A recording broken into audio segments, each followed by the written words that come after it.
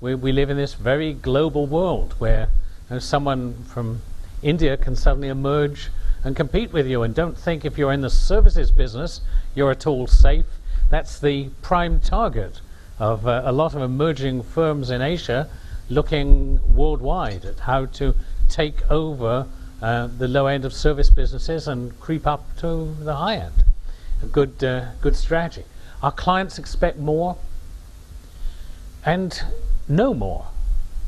It used to be that if you had 4 competitors, chances are the average potential customer would know of maybe you and one other. Today, when you have 20 competitors, they know of all 20 because they can get that information very fast and very easily.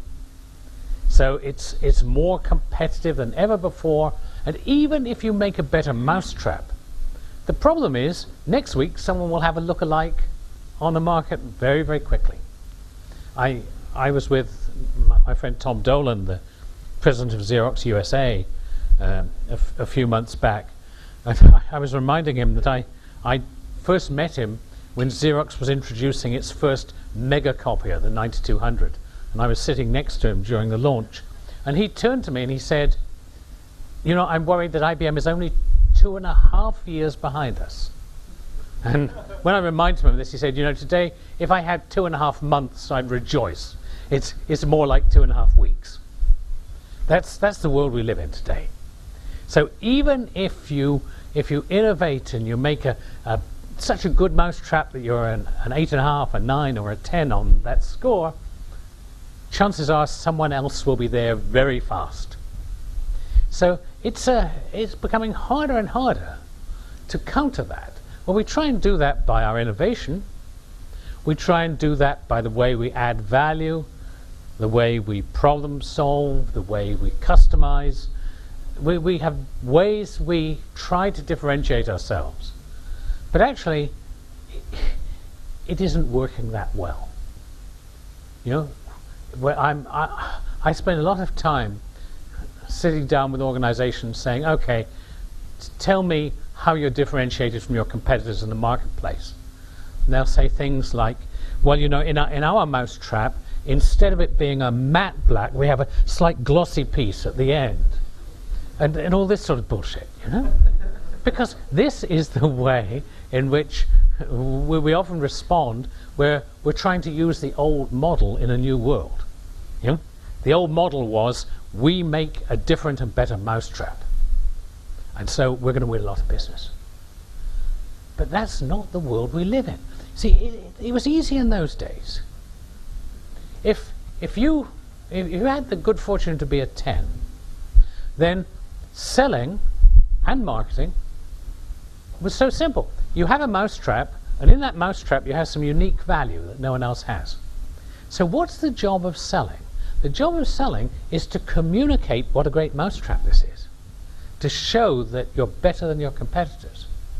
And so people could be highly successful if they had products that were scoring up around the 7, 8, 9, 10 by going out to customers and saying, "Here's why we're better. Here's why you should buy from us." Well, that's fine. But what do you do when you're just now one of 92 different ways to kill mice? You go and say, "Well, you know, we do have this slight difference in our mousetrap," and the customer says, "I don't care about that. All I want is dead mice cheap." That's more of the world that we're in. So what's the new role of selling in a world where we can't differentiate ourselves, where we're going to have more and more competitors, where the product won't do it for us? Well, the answer is there. The way we sell becomes more important than what we sell. It's not the mousetrap that gets you the business, it's the person selling the mousetrap and the value they create. The way they show a customer how to position a mousetrap, how to dispose of the dead mice, you know, how to bait it. So the salesperson more and more is adding significant value beyond the product in order to get the business. The simple way of saying what this huge change is was that until fairly recently, salespeople could be successful as value communicators. as talking brochures, as a channel to the customer to tell the customer why we're better. But more and more, why we're better is existing in our mind and not in the customer's. So salespeople who rely on explaining how we're superior to competitors are failing everywhere in the world today. The salespeople who are succeeding are the value creators.